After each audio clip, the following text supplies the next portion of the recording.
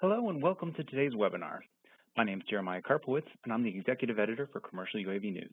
I want to thank Kitty Hawk for their support of today's webinar, Remote ID Enabling Industry Growth Through Transparency. We have a few housekeeping notes to go over before we get started. If you have any technical questions or issues using the webinar platform, please use the chat box and we'll respond right away. If you have any issues with audio, please click on the phone icon above the chat window to receive the teleconference information. For those that do call in, to ensure call quality, everyone's lines have been muted today. But we do want this webinar to be as interactive as possible. We encourage you to ask questions throughout the presentation. Please type your questions into the chat box and hit send to submit them. We're planning to set aside some time at the end for those questions.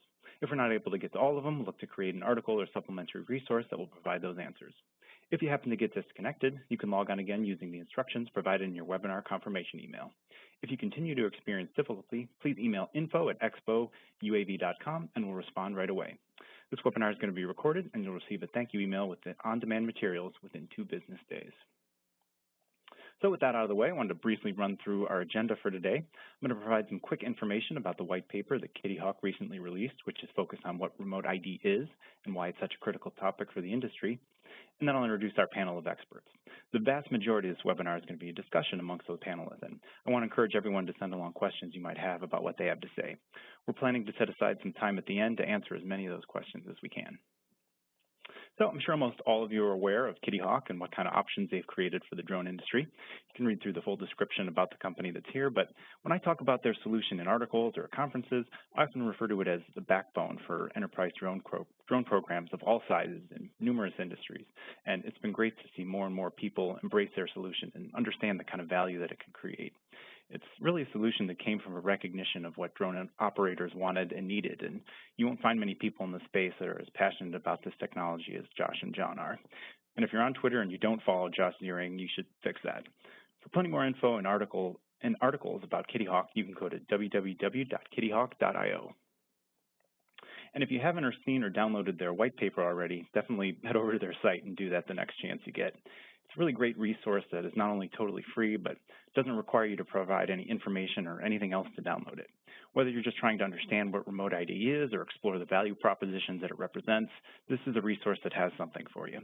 As a specific example of the value you can find in it, their breakdown of broadcast remote ID versus network remote ID is as simple as it is elegant and something I wish I had written, but I honestly didn't understand the detailed distinctions between the two until I read their piece. So head over to their site to download it, or if you just Google Remote ID Kitty Hawk, it comes right up. So with all that said, it's my pleasure to introduce our today's panelists. First up is Brendon Shulman. Brendon Shulman is the Vice President of Policy and Legal Affairs at DJI, the world's leading civilian drone manufacturer.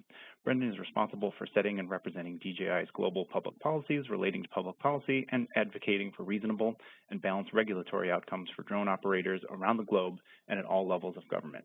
There's a little bit more info about Brendon right there, but Brendon, since we have you here, maybe you could tell us about how some of your background has informed what you're doing with DJI and how it's informed your position on remote ID.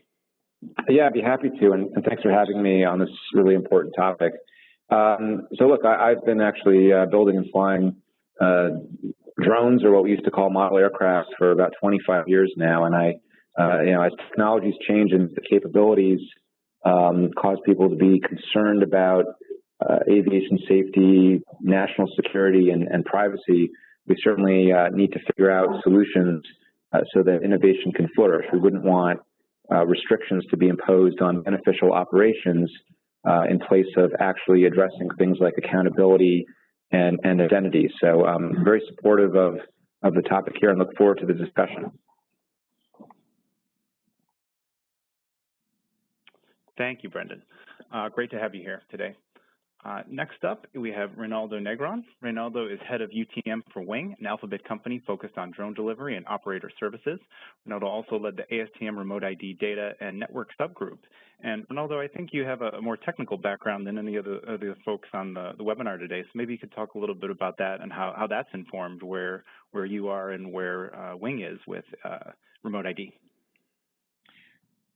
Sure. I think it's interesting because we come from kind of an aviation background, and a lot of us have experience in aviation.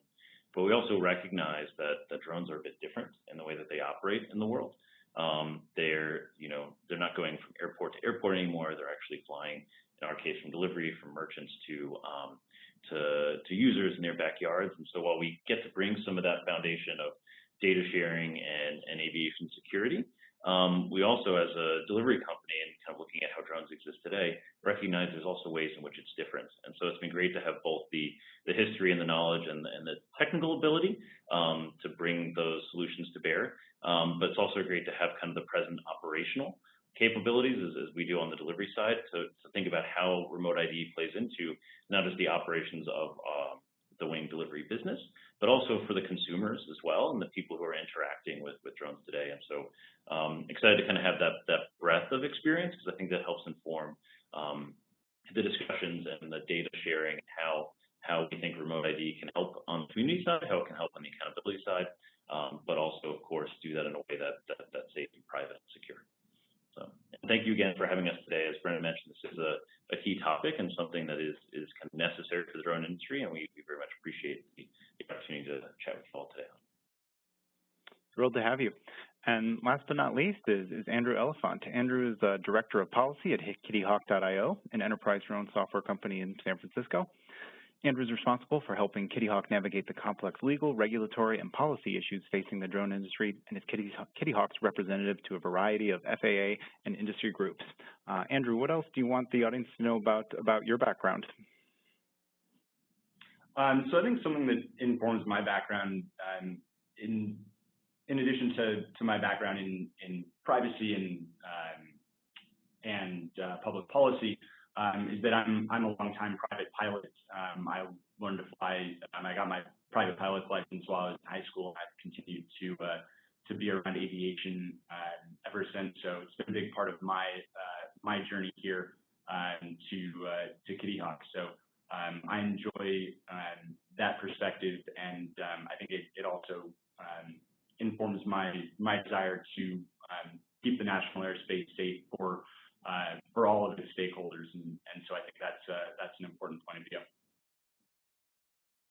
Perfect. All right. Well, thanks again for all of you for joining us, and yeah, looking forward to it. So let's get right into this. This slide right here kind of lays out a definition of what remote ID is, and wanted to throw it out to all of you if you have a better definition of remote ID, or if you would define it differently. And Andrew, I think your definition of remote ID is going to be closest to this. So maybe we could start with you, and you could provide a little bit more detail about this definition, and then see how Brendon and Reynaldo might adjust or kind of elaborate on that. Sure. So, I mean, in addition to the slide that you're showing, I think it really illustrates that remote ID at its core is the concept of being identified as you're operating in the national airspace. I think that there's a lot of analogies to it. Whether that's a license plate, whether that's analogous to manned aircraft flying in the national airspace. But I think at its core, remote ID is that both that concept and that mechanism to allow identification of whoever is operating in the national airspace.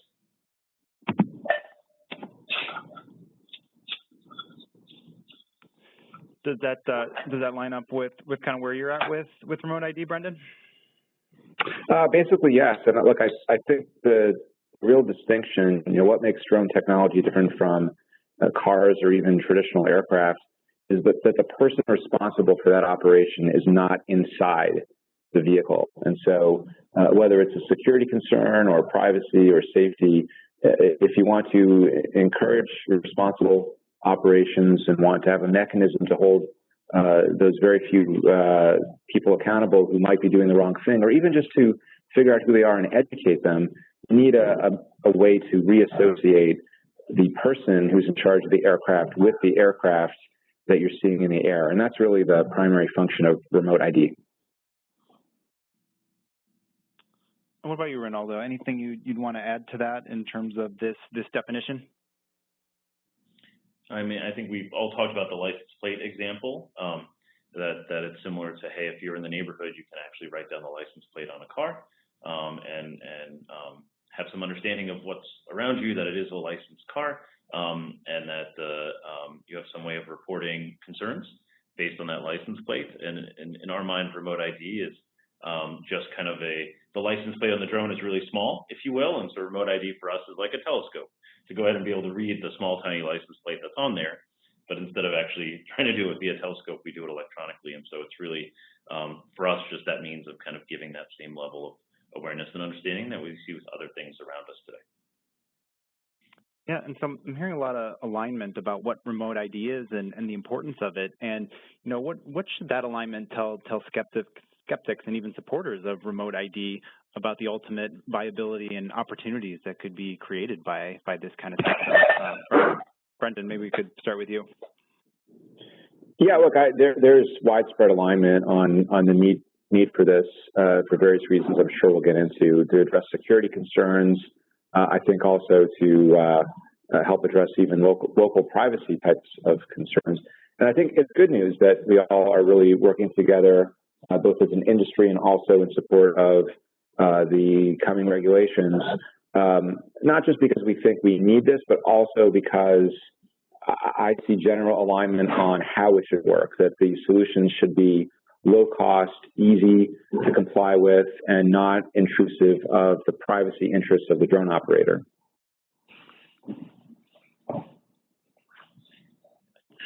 I think another thing that's come about is the ASTM standards work, which we can dive into a bit later, but it has, you know, there is consensus around the fact that both the general public and law enforcement should have access to that data because they both have levels of concerns and questions. There's a kind of view that, hey, you shouldn't have to buy additional equipment to be able to see what's flying around you. I think that's another spot where we've gotten some pretty consistent industry consensus, and the standards support that. And the other spot is there's a really good push for it to be low cost, if not free in some cases. And so I think that's another spot where if you talk to most people today, part of the reason why I think we're excited about remote ID is that you can do it in a way that's not really intrusive to an operation in terms of the technology integration that has to happen there, whether you're doing broadcast or network. And so that's something that we think is really has kind of helped the industry feel a bit more comfortable about achieving it. There's still definitely a lot of questions and concerns I think about, and the survey points to this of what data gets shared when, how people react to it, what are the social norms around it, those kinds of things. But on the technology side of making it easy to do, I think that's something that we've got some really good industry consensus on how to do that. And I think the other important point to note on this is, especially given the comments to the two recent NPRM, I think that both of those really solidify the fact that stakeholders from all across the drone industry want this to happen, and there is pretty widespread belief that this is something that is necessary. And I think Reynaldo's point is excellent that you know, we're really only discussing kind of the ultimate considerations on it because there is agreement on conceptually and what it will end up looking like is really the challenge now. Yeah, you know, along those lines, what are some of the biggest misconceptions that you've encountered about what remote ID is or what it could be, and how have you gone about either addressing those in articles that any of you have written or in private conversations? And Andrew, maybe we could start with you, as I know it's something that you have some articles about, or at least have referenced it in there. Sure. I mean, I think one common misconception about remote ID, I think, feeds into some fears about people's data, and I think that you know, one common misconception that I've come across is that, you know, we're looking to, and in a remote ID solution, that it's going to offer some sort of God mode where people can look and see exactly who and where and when these operations are taking place. I think that one important misconception to clear up is that that's not necessarily the final form that this will take, and that's why in some of the work that Kittiok has done, particularly with the Inter-USS project, that we see kind of ephemerality as one way of clearing up that misconception, so that people aren't necessarily as afraid to share their data.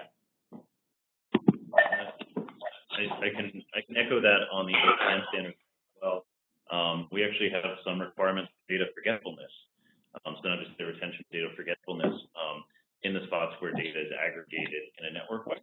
And so that's one of the things that we heard from industry, that's an important piece to have as part of it. The other thing, and some of this is for a clear performance standard, but I think also helps with some of the social norms, is on the network side and on broadcast implicitly as well. There's this concept of drones, seeing the drones around you or near you based on kind of the area of interest you have, as opposed to, as you mentioned, seeing all of it all the time.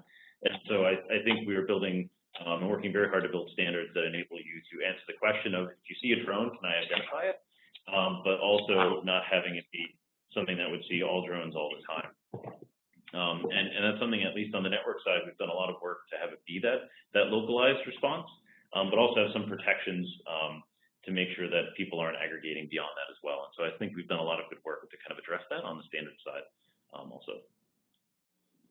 So I'll disagree a little bit and say that this is not a misconception. I think it's entirely possible or even desired by certain stakeholders that there is a giant database of flight information tracking where you fly, and that can be accessed historically for various purposes. And that is a primary concern that we at DJI have, because we know from our huge customer base that a lot of those operations, for example, news reporting operations, are not going to want to be tracked or capable of being investigated when they have done nothing wrong. And so we have to figure out a balance on what I think is a key issue. So it's not, if the question is what is a misconception, I do not think that the privacy risk here is a misconception. I do think there are ways to manage it, whether it's by localizing the broadcast so that it is similar to a license plate, and that only people who are nearby are the ones who are going to figure out who's flying the drone, or as Reynaldo is suggesting, in the network approach, having a requirement to expire the data and delete it, although we have seen in other technology contexts, whether it's cell phones or automatic license plate readers, that those aggregations of data, once they exist, are not necessarily so easy to limit or delete over time. So I do think there's a substantial risk. My response to the misconception question, which is a good one, I think there's a misconception that remote ID is intended to stop the bad guys, that this is going to be some cure-all for serious intentional efforts to cause harm. And that's really not what it's about. This is about the vast majority of operators who want to be responsible and compliant, putting them in a remote ID solution so that the drone that comes along that is not compliant with the ID requirements is the one that then receives the countermeasure attention or other efforts, because it's the rogue drone. So we have to identify the vast majority of drones, which we know are safe and responsible, in order to deal with those very extreme edge cases where a drone may not not be operating pursuant to a good intent by the pilot.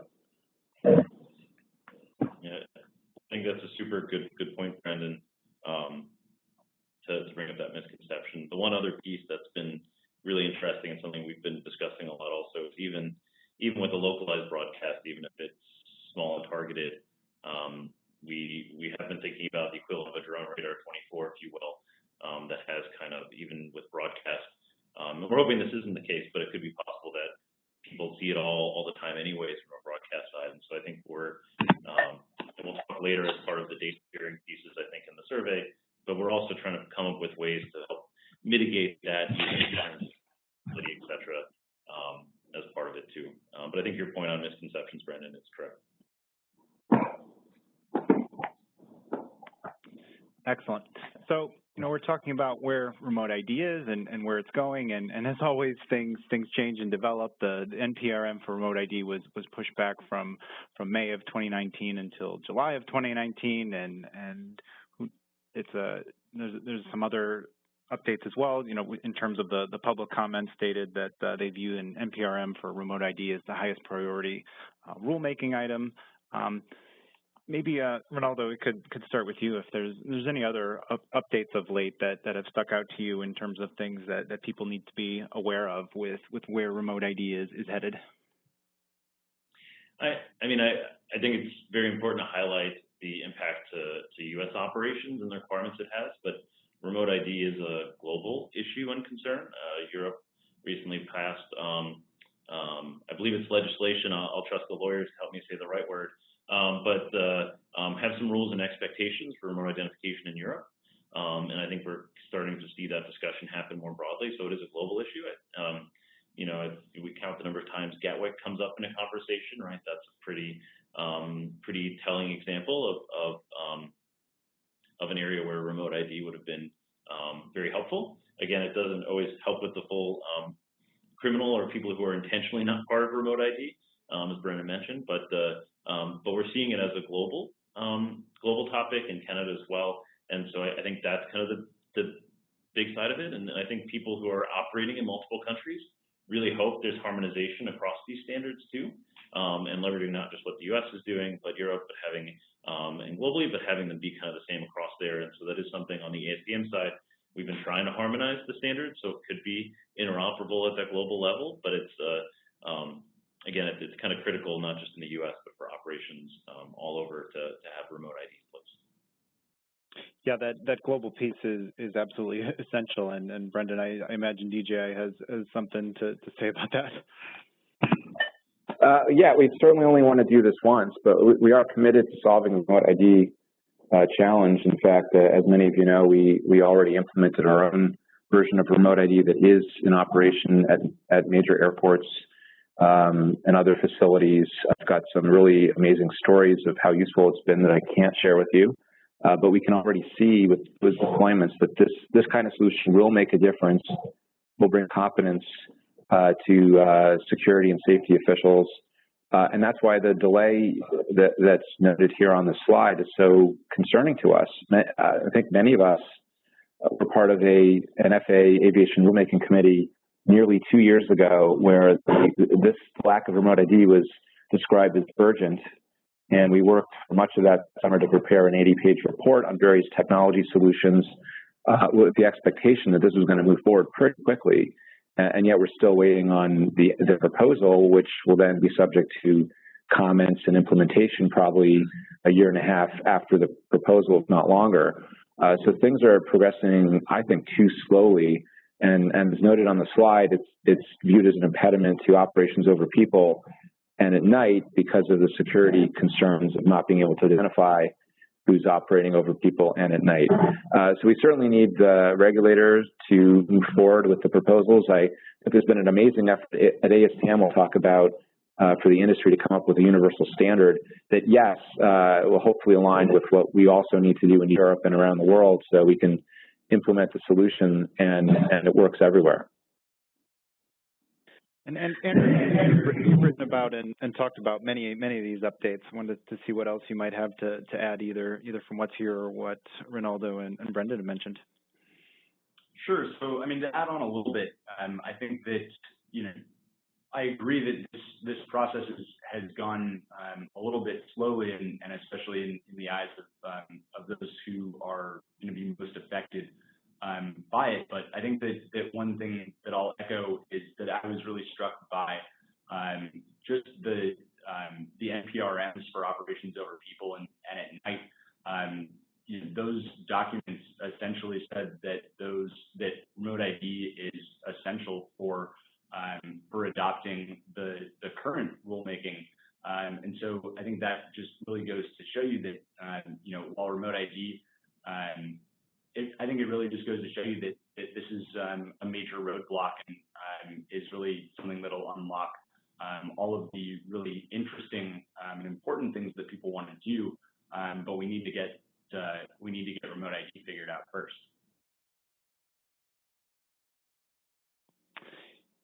Absolutely, and that, you know, leads us into what's next here, which was the survey that was a result of what you took from the download for the white paper. And Andrew, you mentioned that how encouraged you were by those numbers. So do you think that they're an indication that the drone industry as a whole is ready for this kind of remote ID or remote ID as a concept?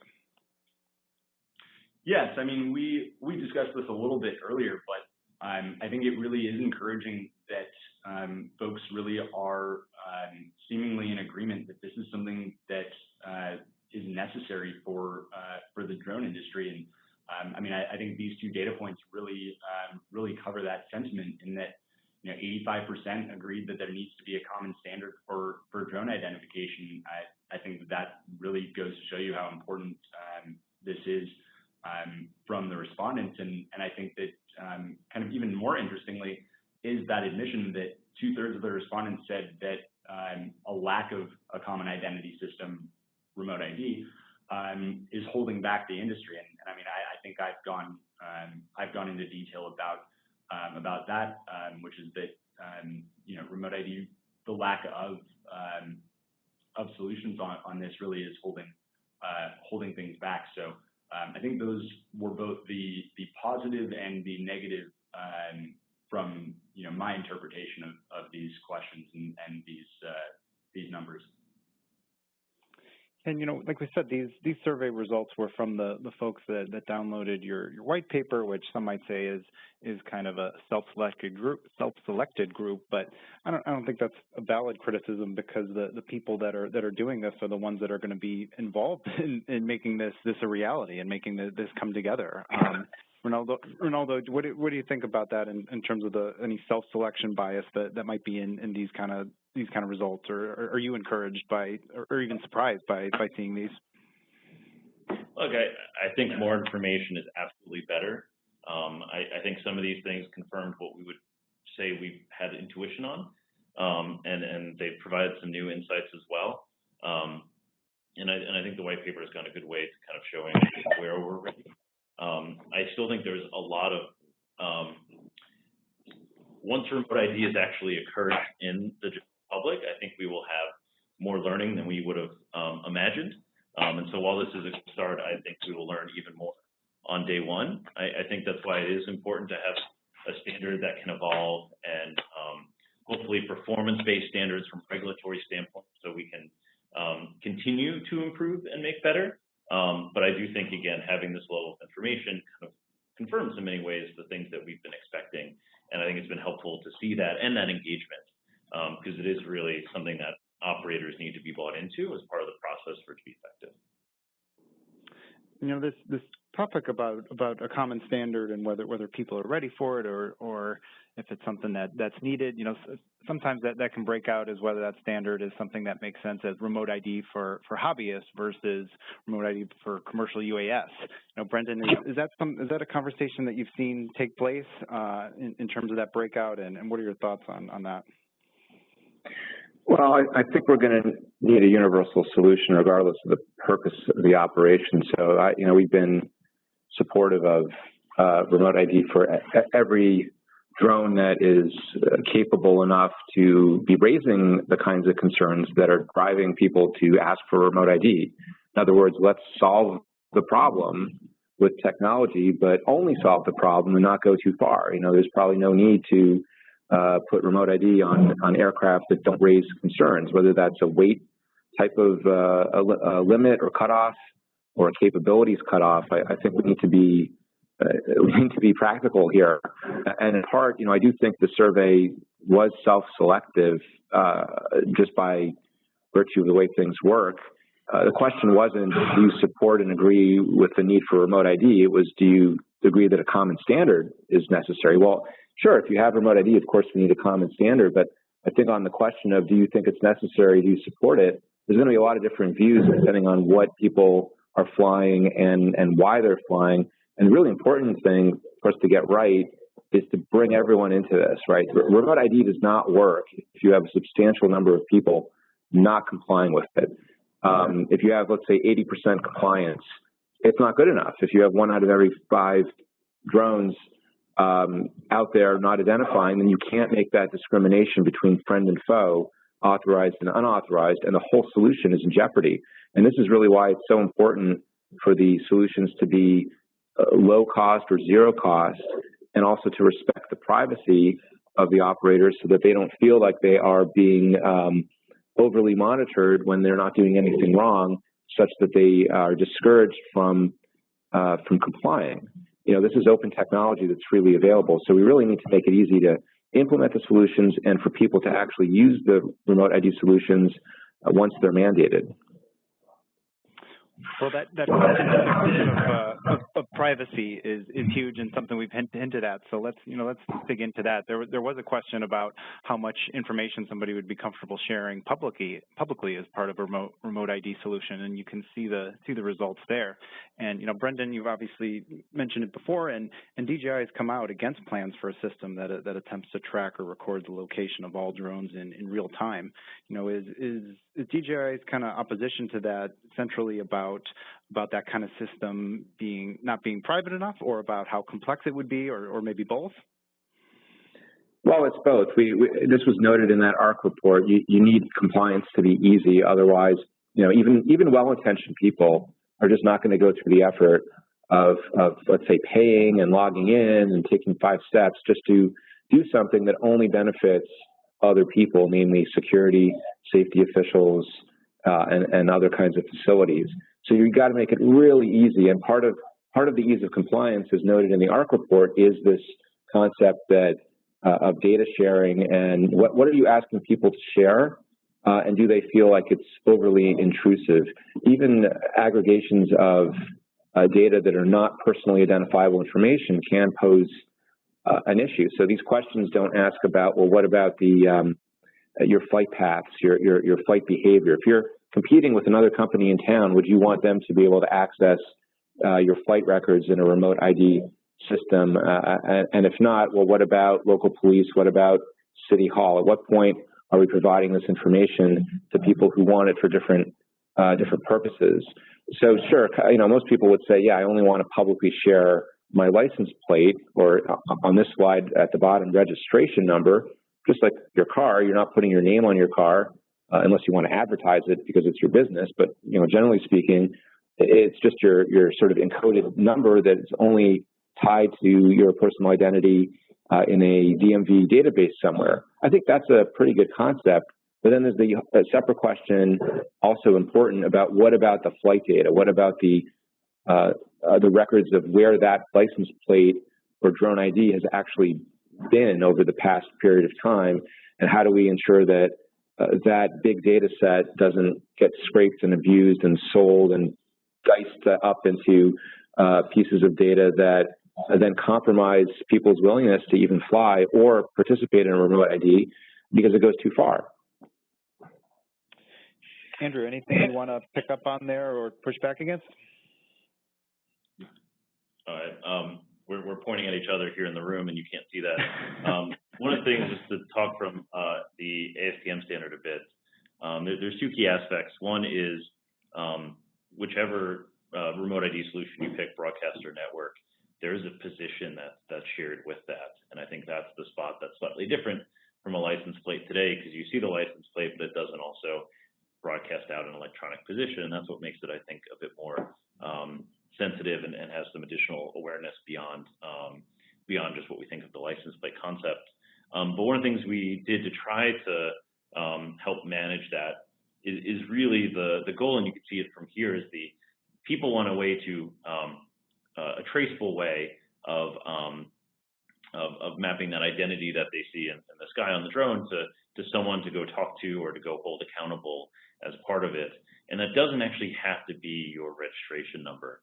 And so one of the things that we talked about and is in the ASTM standard is this concept. It's called a UTM ID in the standard, but it's meant, you can think of it analogous to a flight number or even like a session ID in kind of the internet world, but something that could be different per flight that doesn't show your exact registration number, but is still traceable. If someone needs to go look up and say, hey, this number at this time, what registration is that tracked to, that's a possible thing, but you don't have to actually share even the registration number all the time. So we're trying to think through cases like that in the standard, and we want to kind of share that knowledge, but I agree with Brandon's point that it is a complex piece because it's more than just the license plate that you get today, because there's that electronic reporting of position, and that can, if it's captured in historical context, provide those additional sets of information. I think the only thing that I'll add to this too that really struck me about the numbers, and Brendon alluded to this as well, is that there really is a pretty diverse range of opinions here. I mean, you do have folks that that aren't necessarily comfortable sharing much information. On the other hand, we have customers that want to share as much information as they can because they want to either be left alone to do their work, or they want to identify themselves as a trusted operator. So I think that's an important point with these numbers is it really does illustrate that there are folks that want to use remote ID for different reasons, and one stakeholder's concern is another stakeholder's priority. Yeah, we talk about the FedEx example a little bit in a neighborhood. You could think UPS, but if you saw a white truck in your neighborhood parked for a while with no logo on it, you might actually go and write down the license plate and perhaps even be concerned. But if you saw it with a big FedEx logo on the side of it, you would actually probably have a different perception of what that's doing in your neighborhood. And so there are areas where probably a bit more on the commercial side, but could be across the board. We even heard law enforcement wanting to have better ways of explaining why they're there, that there is some benefit of educating communities, kind of your intent. And again, one way to do that is to have a nice logo on the side of your truck, and remote ID is one way to do that as well. Oh yeah, I agree. And absolutely agree that in many cases, providing that, some of the concerns we hear about, particularly at the local level, is a drone came by, I don't know what it was doing, who was flying, or why it was here. And, information like, hey, this is a roof inspection service could be really helpful at socializing the technology and assuring people that the drones are doing legitimate things. Absolutely agree, but that should be the choice of the operator to send out that information. One of the other results from the survey was talking about that assuming a viable remote ID solution becomes available, what would enable your company to do. So really underscores the kind of opportunities that are out there or could be out there. Reynaldo, do you think there are any other opportunities that are tied into remote ID that either aren't here, or if these are kind of the most important ones that strike you in terms of what will become available? I think education, community education, is still a big piece. It's probably a bigger issue than just remote ID, but I do think community acceptance and understanding is a very key topic for all kinds of drone operations, and remote ID gives us a chance to have that possibility for education. It would be great as we build out these ecosystems of apps that can help you ID things, that they also help show how many people are flying compliantly and what that means, and helps educate kind of the benefits of drones. I think there is this education piece that is tied to it. But the other challenge with remote ID is you see all these rules, the NPRMs, et cetera, that are waiting on it, but they don't happen immediately when you equip. And so I think you see this delayed benefit of remote ID, which we, especially if adoption or setting up of remote ID is hard, will probably delay or slow down the adoption of the industry. And so we're focused on trying to make that as simple and as integrated as possible for operators. But it is tough because you don't get the benefits outside of the educational piece as quickly as you would like to see, because those are other later rules that enable more flight. And what about you, Brendon? Oh, go ahead. No, I was just going to say, I agree that I think one of the things that struck me about these numbers in particular is the sheer number of folks that want to either operate with more compliance or do advanced operations. I think that we've touched on the fact that remote ID is in a lot of ways a prerequisite to advanced operations. Beyond site operations over people, those are going to be more valuable when those type of operations are more widespread, socially acceptable, et cetera. And I think the other important thing about this is that a lot of our customers, for example, really want to make sure that they are in compliance. These are risk-averse organizations that really want to be able to show that they're doing things the right way, and to be able to potentially prove that, whether that's in real time or after the fact. So I think that's an important piece of the puzzle as well.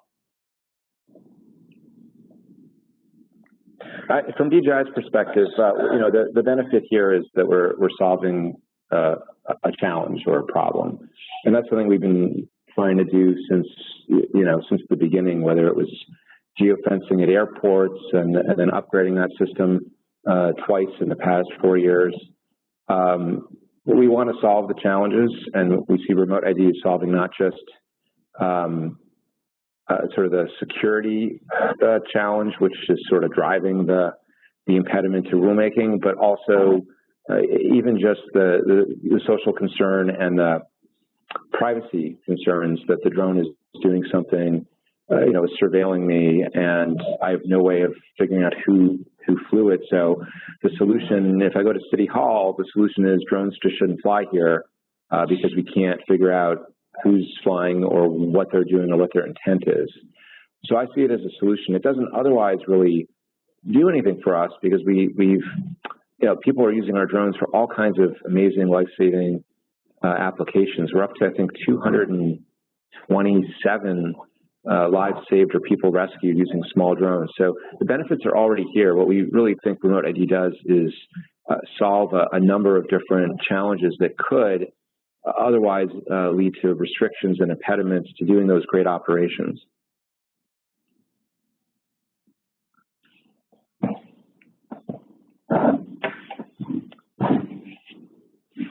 Absolutely. So we've talked a bit about hinted at where there's some agreements and differences about what remote ID is and should be.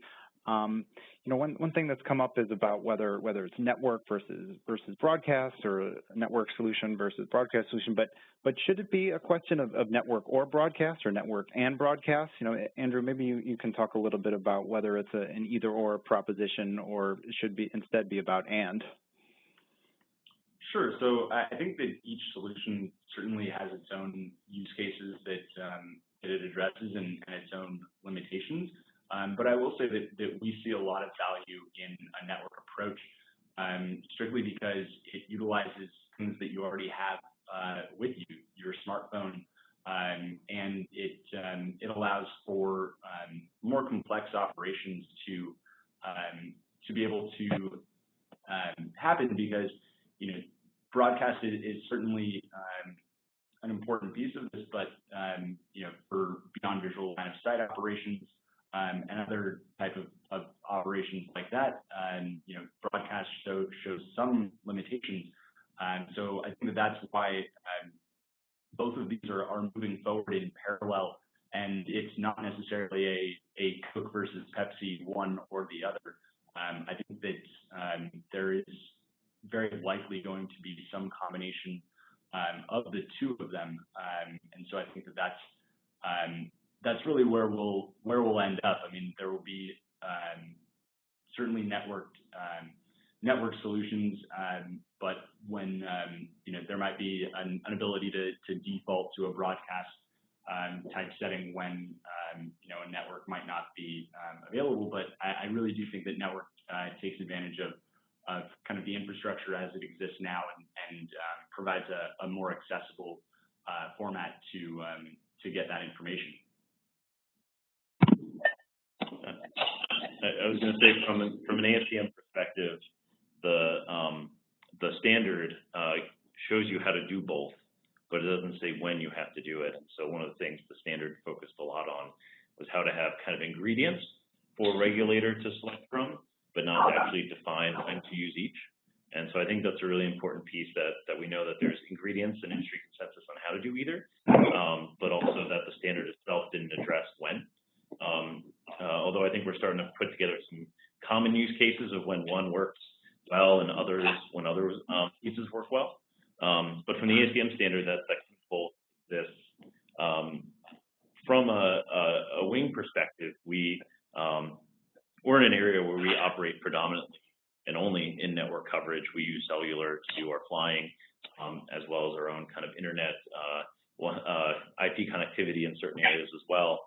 And for us, we are nervous about the license plate being constantly broadcasted out with position and what that could mean from that broader data picture, including for our customers who are getting deliveries, and you'd be able to know that it's going to someone's house and came from a certain merchant. And that's just one of the ways that drones are becoming personal. And so I think we would like the ability in a performance-based way to be able to select broadcast or network, because we do think we can actually provide some additional privacy for our customers of delivery by doing it over network and having some policies and privacy there as well. So that's something why we've been pushed for that a bit. And the other thing that network does allow, honestly, I think broadcast will get here as well over time, but an increased level of validation, not just on the drone itself, but on the operator. Using something like the same credentials you use to connect to LANs to get access to controlled airspace is something that enables you to have a little bit more layer of trust and validation on kind of the network side. I do think broadcast can, of course, get there as well, but that's something that if we can make remote ID as simple or even simpler than LANs for our users, that's a really effective way of getting people part of the system. But again, network doesn't solve all the challenges either, and there's definitely a role for broadcast too. But those are some of the things that we've been thinking about kind of from our side. I'm sure Brendon has some thoughts on that too. Yeah, just a few. So from DJI's perspective, and I said this earlier, we really need these solutions to be simple and free or inexpensive and easy to use, or we're not going to see the compliance rates that are necessary for the entire remote ID solution to actually have the impact that's needed for the security people. So the elegance of broadcast is once you've programmed your ID information into your drone, it just sends it out to all the people in the area who can receive it. It's closest to being like a license plate in that if you can see the car, you can see the license plate. It's actually better than that because it's radio, right? You'll get some range out of it that you won't from a car. I can't read a license plate more than a couple dozen feet away. I don't know about your eyesight. So you're going to do better than a license plate on a car, but it's going to be simple. Once you program it and you have your ID as a drone user, you're done. It doesn't cost you anything. You don't have to maintain an account. You don't have to have a cell phone subscription or hardware on board that connects to LTE as shown in this diagram on the slide. You don't have to pay fees to a remote ID service provider. I mean, there's just cost centers all the way around from the drone to the, let's say, law enforcement officer who also needs an account, needs to log in with the right kind of credentials. Just to get a license plate analogy of information to somebody who's probably pretty close to the drone because that's who cares about remote ID. So from our perspective, when you consider cost and complexity, the kinds of things that are going to discourage compliance, broadcast, it seems like the primary solution. That's going to work in most places across the country and the world, and certainly will be adequate to address, with authenticity and other features, the concerns of people in those areas. Yes, when you get to a more complex environment or UTM, complex traffic, beyond visual line of sight, other kinds of operations, if you're in a more secure area, you're going to need something more. You might need additional layers of security, or you might want to be talking in real time to other traffic. That's not a license plate, frankly. That's something very different. And sure, there can be ID in that solution, but that's not the primary objective of ID, which is to provide that identity to somebody in the area who needs to know who you are and be able to maybe go and talk to you and say, hey, this is not a good place to fly a drone. Because one of the things in the standard that at ASTM is the location of the pilot will be part of this information. So you can go and talk to that person. You don't even need really an identity database. If you can just walk, maybe a couple blocks away and say to the drone pilot, hey, who are you? What are you doing? Can you show me your registration information? We're already facilitating a personal interaction that currently is very challenging because of the remotely controlled nature of the technology. So Brendon, you should enable it to be the easiest thing for the operator, and then I think if we can get to an or state instead of an and state, that enables. It would be great for both of them to compete on how to make it the easiest and cheapest and fastest for an operator, knowing that both can and need to exist. So that's kind of my follow-up plug for an or. So. I think an or makes sense, and then look, choice is always good. So if for whatever reason, if you prefer the concept that yes, I'm connected to a system that may be compiling my flight data, but it's been sufficiently secured and made private by the network administrators. Okay, you can choose that. If you like the idea that I'm flying a drone, but all I need to do is broadcast to someone in the area my license plate, and that works for you, then to me, I think that's sufficient as well. So I think we're in agreement that the choice is a good thing. And one of the questions I was going to throw out there, Brendon, was about what point the license plate analogy might break down. But from what you just talked through, it sounds like it doesn't break down until it's kind of beyond it. It's beyond this concept, and we're talking about something else entirely at that point. It's the closest analogy I could think of, but it is different. I mean, you're talking about much greater range, regardless of solution. You're having much greater range than you have from a visual. License plate with letters and numbers on the back. But because it's a electronic system, you're always going to have this question of recording the data, sort of like the automatic license plate readers, which exist in some places, and actually themselves have created a fair amount of controversy because, again, compiling a data set of where people are driving or using technology, even if it doesn't associate with their name, can reveal personal information or competitive information that you're not going to want various people to have. So we still need to address those issues, even in a scenario where you have an either-or choice of technologies. And we're coming close to the end of our time here, so I want to make sure to get in a few more questions to the group. On the site here, we're talking about how remote ID is going to push the drone industry forward. And Andrew, I wanted to throw out kind of to see if you could expand on that top bullet point in terms of how remote ID will inform intelligent, data-driven future policy, and maybe talk a little bit about what you think that could look like. Sure. So I think the rationale behind that is that I think Gatwick is a good example that someone mentioned earlier. When you don't have data or information to back up what you're just thinking intuition-wise, it's difficult to point at that and be persuasive in terms of developing policy. And so I think one thing that really struck me when I was interviewing folks for the white paper was that this was a really common point that came up, which is that in a lot of ways because we don't have remote ID, we don't necessarily have the appropriate data to make these types of decisions. So I think that one way that remote ID will push the industry forward is to provide some of those data points and let folks that are developing policy rationalize what they're doing. It sounds like someone is planning to collect and exploit remote ID data.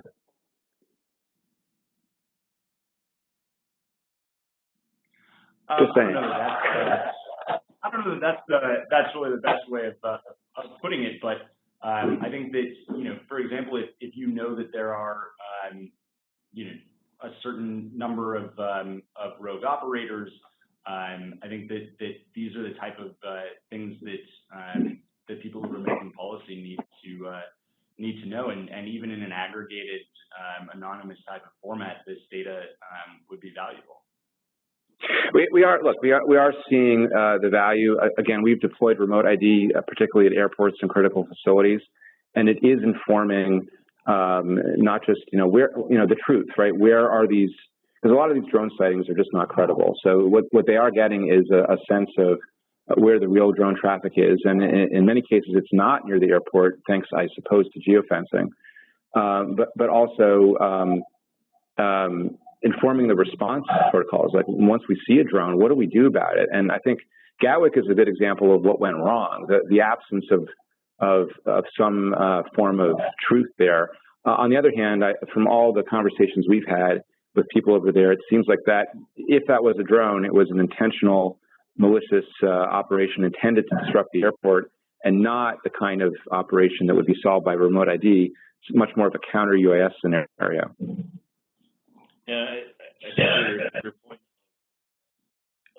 Remote ID does help weed out false reports, I think, especially if those can be done in an easy way.